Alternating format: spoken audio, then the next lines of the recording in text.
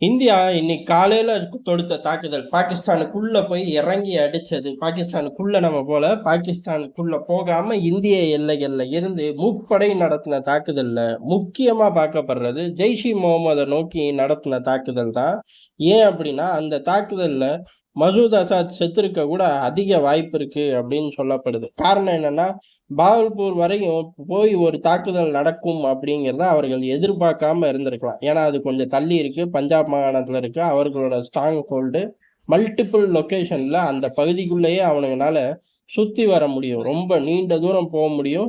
ஏகப்பட்ட லொகேஷன்கள் அவர்கள் கண்ட்ரோல்ல இருக்கும். அதனால அந்த இடத்தை குறிவைக்கிறது அப்படிங்கிறது இயலாத காரியம் அப்படின்னு நினைச்சு அங்க போய் இருந்திருக்கலாம்னு சொல்லப்படுது. மசூத் அசாத் மட்டும் இல்ல, கூட இருந்த பல தளபதிகள், அந்த இயக்கத்தை சேர்ந்த முக்கியமான ஆட்களும் ஒட்டு மொத்தமா காலியாயிருக்க அதிக வாய்ப்பு இருக்கு அப்படின்னு சொல்லப்படுது. அந்த ஒரு பர்டிகுலர் தாக்குதல் மூலியமாவே இது கன்ஃபார்ம் ஆச்சு, உறுதியாச்சு அப்படின்னா மிகப்பெரிய வெற்றி தான். ஏன் அப்படின்னா டார்கெட்டே இவன் தானே, ஜெய்ஷ் இ முகமது மசூத் அசாத் தான் டார்கெட்டே. அதனால இது வெற்றி அடையும் பட்சத்தில் இது கரெக்டா, இன்னும் அஃபிஷியலா எதுவுமே வரல, அன்அஃபிஷியலாவும் எதுவுமே வரல, ஏகப்பட்ட செய்திகள் சுத்திக்கிட்டே இருக்கு.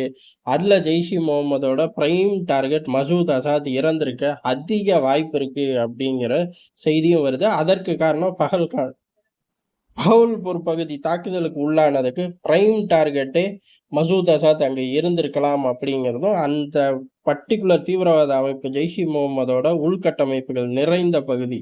இதுல பல வாய்ப்புகள் இருக்கு. பிரைம் டார்கெட் மசூத் அசாத் இறந்திருக்கிறதுக்கு கன்ஃபார்மாகவும் நம்மளும் இங்க விரிவா பார்ப்போம்.